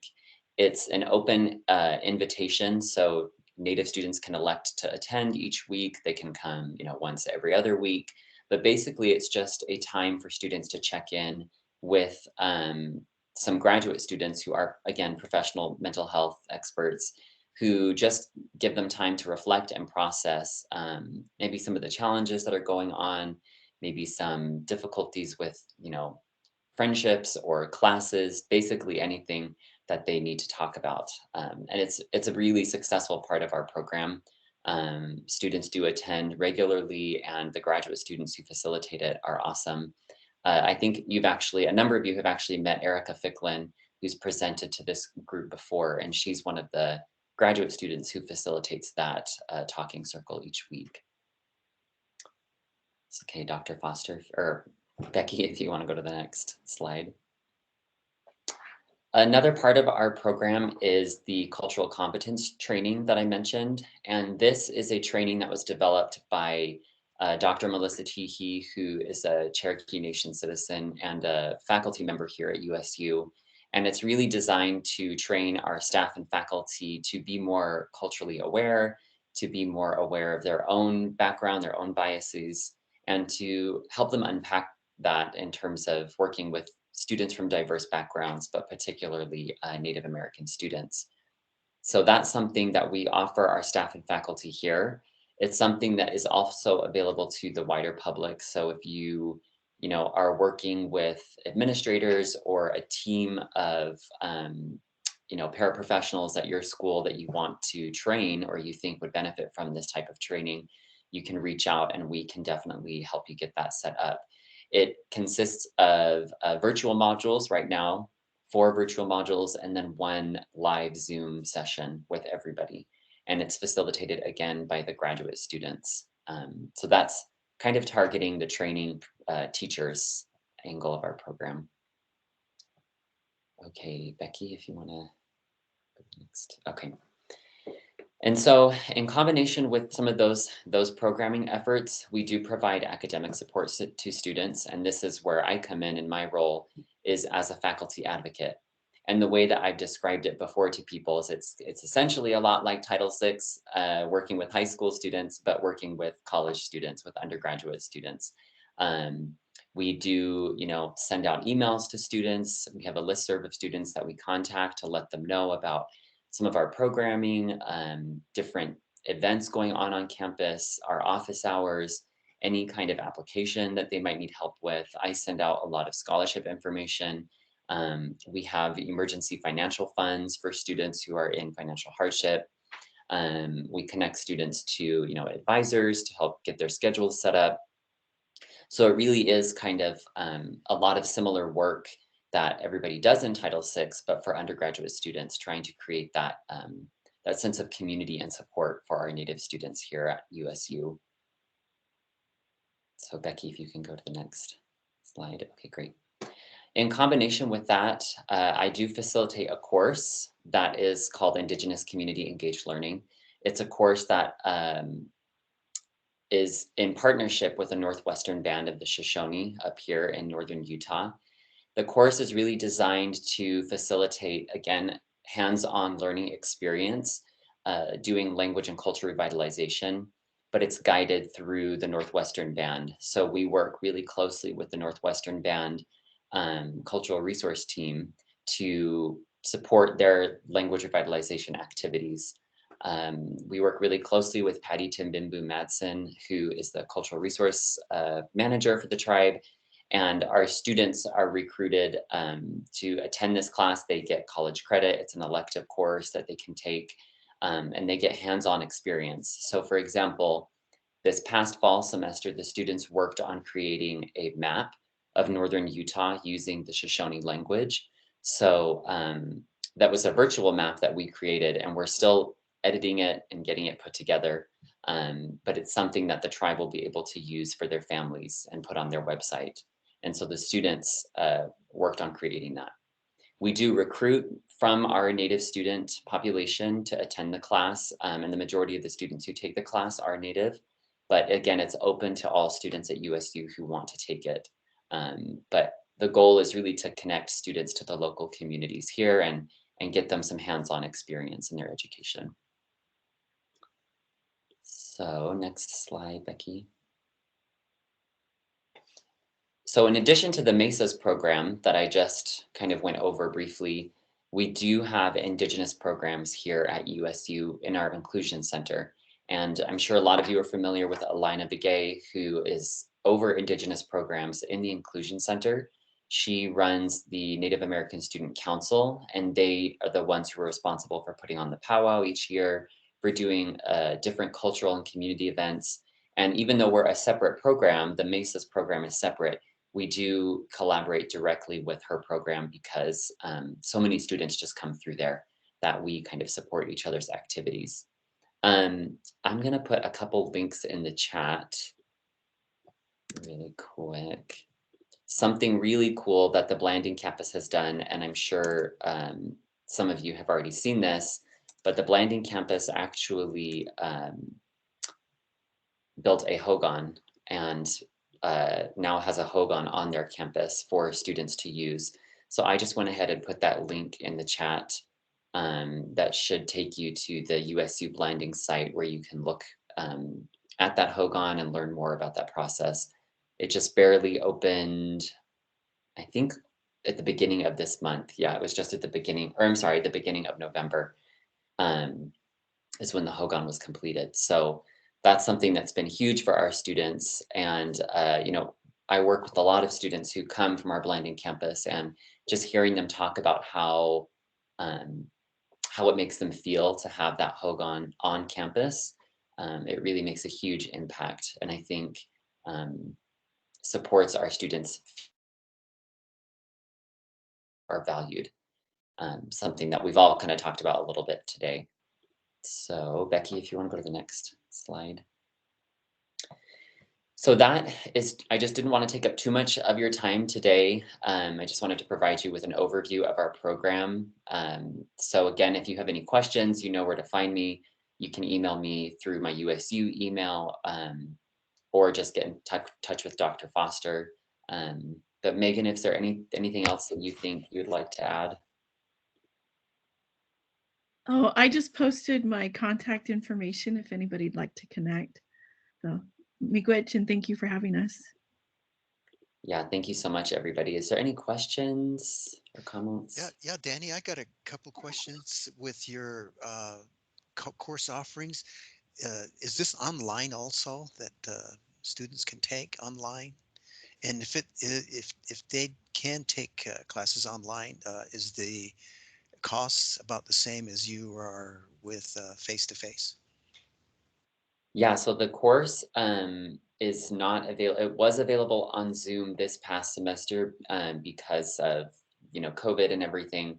This next semester, the university has shifted, and so now it will be only in person. And it is for USU students. So any student that's enrolled with USU can take the course. It's tricky because the course is really designed to connect students to, you know, this area and to the students, to this northwestern band of the Shoshone. And so that's been challenging to navigate virtually, but you know, we've done it, and we might do it again in the future, but this spring semester it will just be offered in person. Okay. But yeah, I wanted to mention too, if you work with seniors or high school students who are interested in USU, or you maybe want, you know, us to do a presentation for your Title VI program, we are more than happy to do that. In October, we worked with the local Title VI programs here to do a day where the students just came to campus and we provided workshops for them. And so we're, you know, as a former Title VI coordinator, I know the power of the Title VI programs, and I'm kind of evangelical about Title VI. So if that's something that you would like to connect with, you know, please let me know. Yeah, that's good. Are there any other questions, anybody? If not, well, hey, again, Danny and Megan, thank you. Thank you for your time and the information that you have. I think this is really valuable in terms of, you know, some of these students are coming from the southern part of the state and migrating up there to relocating, not migrating, relocating to the northern part of the state. It's something that I think they've been working on for a while. So again, I appreciate that, and I appreciate you working with that was the inclusion department up there, diversity inclusion department also. Hey, thank you, both of you, and stay safe, and we'll see you the next time around. All right. Thank you, everybody. Yeah. Okay, people, now we're down at the last, the Urban Indian Center. Is Penelope around? She can give us an update on what's going on with the Urban Indian Center. If not, I'll. Yes, good morning. Can you hear Okay. me? Okay, Yes. so this Saturday we will be having a vaccination clinic, 5 years on up. And so I'll send that email to Dr. Foster right now. And so we're able to take walk-ins. So if you do have a family who's, it could be their first dose, second dose, or their booster, they can still come in from 9 a.m. to 2 p.m. And so definitely let your students know and or parents, but this will be on Saturday from 9 to 2 p.m. And I am sending that right now, Dr. Foster. And that's pretty much the only update we have for December. Okay. We will be having we're actually going to have a ski program for teens. And so I'll have a flyer at our next Title VI meeting. And so I'll be recruiting some students for that. So it's a new program. So we're just kind of in the stages of gathering a lot of the information, and it's free if the student is registered at the Urban Indian Center or involved with Title VI with our local school districts. Okay. And it's really nice to see everyone on Zoom. Yeah, I see the initials. Are there anybody out? Is there anybody out there who would like to do a little update on their program? If not, I'll close with something I like to say to everybody.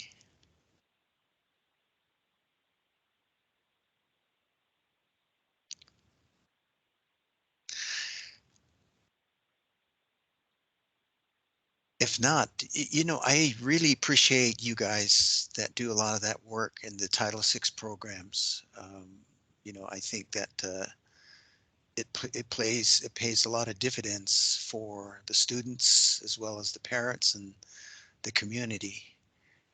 Again, we're also are improving throughout the years. The pandemic put us in a place where at times that we struggled, but I think we shared a lot of the information together. We stayed together in terms of our meetings, and I noticed that with some of the other meetings here at USBE, they didn't do as well for some, but speaking overall, I think everybody's doing a better job in terms of the virtual meetings and the conferences and the planning that we all have. And I'd like to also thank you guys for your participation. The participation that you guys exhibit in terms of attending and some of the program. I know that you guys are doing a lot of work. You guys are working hard for your programs. At a time where we see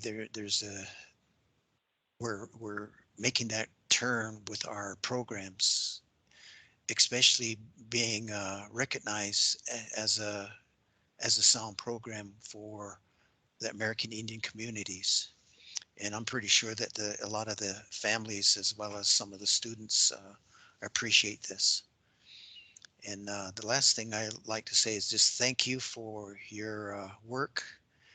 And you guys have a restful holiday.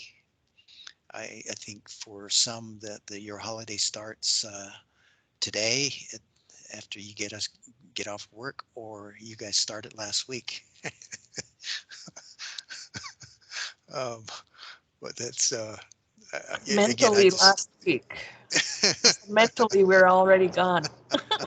Yeah, I understand that. Being a teacher over 40 years, I can vouch for that. So, Dr. Foster, I want to go home.